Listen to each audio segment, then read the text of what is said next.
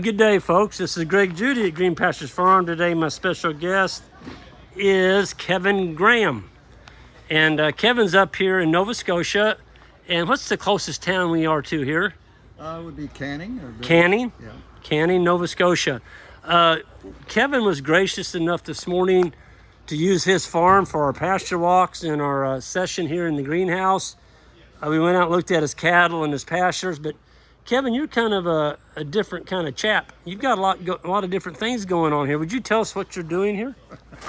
We're very well diversified here. It's kind of interesting. Before I get into that, we had a government study done here a few years ago on pollinators around the Minas Basin. Yep. Through the summer. And we're very low in pesticide use and try to do mostly organics in any chemical we use or whatever. But they were shocked with the amount of diversity of pollinators that we had here compared to conventional farms around the basin. They hadn't found the diversity of species anywhere but here. And so we are, and I like that philosophy. I think diverse is much healthier. Yep. In all aspects of life. But our farm is very diverse. We do have livestock. We have a small herd of grass-fed cattle. We have laying hens, a small flock of laying hens, and we do some meat hens. But then we do also a wide variety of vegetables, and we use composted manure as fertilizer supply for what we do grow. So you're not using chemical fertilizer, you're using the animal manure, breaking it down, yeah. And that goes on your vegetables. That goes on the vegetable patch for the planting. And then we also have access to a farm market, which we attend through the summer months. So you're at a farmer's market every week? Every week in Halifax. Okay. Which is about an hour and a half from here. If somebody wanted to go to your stand at the farmer's market in Halifax, how would they find you? What's your farm name? Oakview Farm. Oakview? Oakview, yeah. Like the tree oak. Yeah. Okay, like Oakview Farms, yep. Yeah. So we do, through the summer, just a wide assortment of vegetables. You can see some of it here that we use in the farm market. And in about 2 weeks' time, all of this will come out of here, and then we'll plant for winter. I saw a ton of seedlings up here. Yeah. I mean, you got tray after tray after tray. Yes. Yep. And those are all Asian greens, and they survive quite well in this climate in the wintertime. Okay. We don't add heat in here, but we do hoop the rows and with row cover. How far is that wall? Is that the ocean out here? This is the ocean right in front of us. Yeah. So that comes right up in our front yard on a high tide. It will? It will. Oh yeah, it floods right up just about over the road here. Oh my goodness. Minas Basin, I don't know whether somebody mentioned to you, but we have the highest tides in the world here.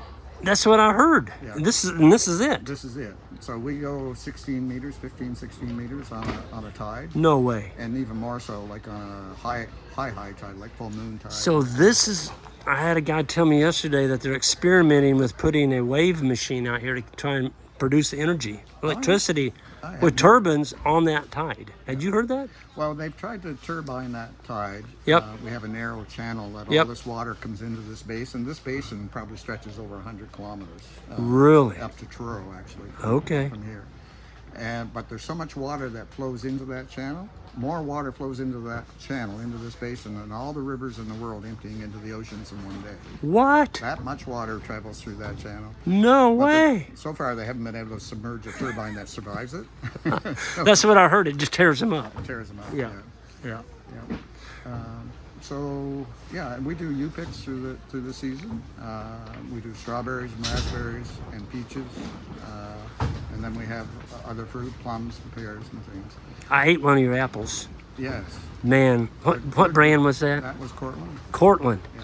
Golly, that was a good apple. We got kind of a permaculture orchard up there. Yep. It's growing up with bush in it around it. Yep. So Yep. It's far from being conventional. Yep. But it's that mixture of stuff. So you're all about more than one income stream. Yes, definitely. And we're all about trying to be, people tell us our food tastes different and better and healthier. And so we're all about that. Yeah. I really like that feedback from people Yeah. who like what we produce. Well, you take care of your soil. Yeah.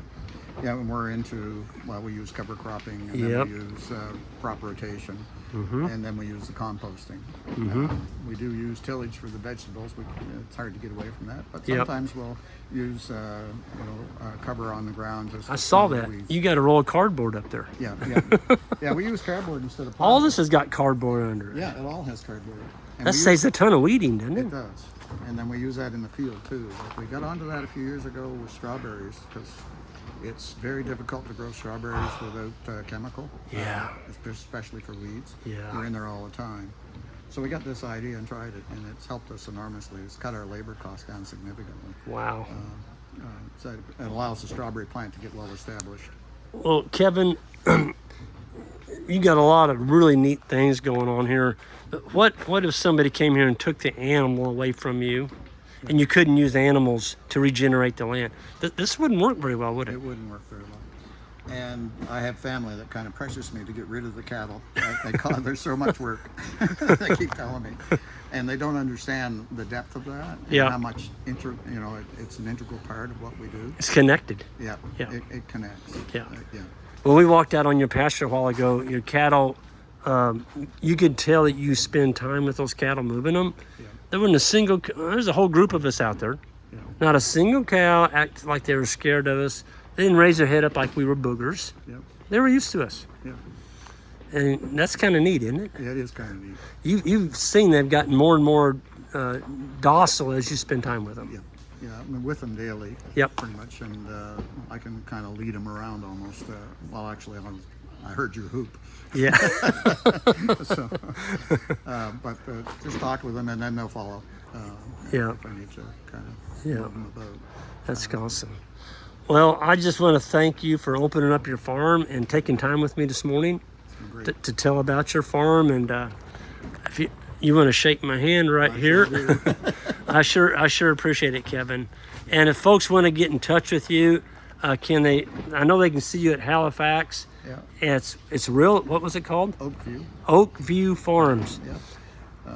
We have a Facebook page, Oakview Farm and Greenhouse, so people can contact us there, and we're on Instagram a bit Okay. as well. Perfect. Well, I'm going to put that in the description section of this video Thank you. so people can get a hold of you. Yeah, appreciate it. It's been an honor, Kevin. I always enjoy meeting farmers that are passionate and what you're doing out here. It just shows everything's cranking. So good job, I sir. love growing stuff. Yep. There's something about it, isn't it? Yeah, there is something about it that Yep. just touches like, well, do you know Joseph Campbell? Uh, He was an anthropologist. No. It'd be an interesting guy. Remember Bill Moyer? Yeah. Oh yeah. PBS? Oh yeah. Bill Moyer did an interview with Joseph Campbell back in the 90s, late 80s, and it's still PBS, and PBS still has a series of interviews. But anyway, he studied cultures around the world and mythology, fairy tales, dreams, and spirituality. But one comment that he made is, we're not really truly happy unless we follow our bliss. Unless we follow our bliss. Unless we follow our bliss. Yeah. And our bliss is what's in our heart to do. Yep. And Boy. my bliss is Well, I'm going to tell you what. That's a home run. You just hit a home run right there. thank you. Yeah. Appreciate that, sir. Folks, on the way out, please hit that subscribe button. If you want to find out more about Kevin, check the description section of this video. And yeah, follow him in his journey. And thanks again, Kevin. You're welcome.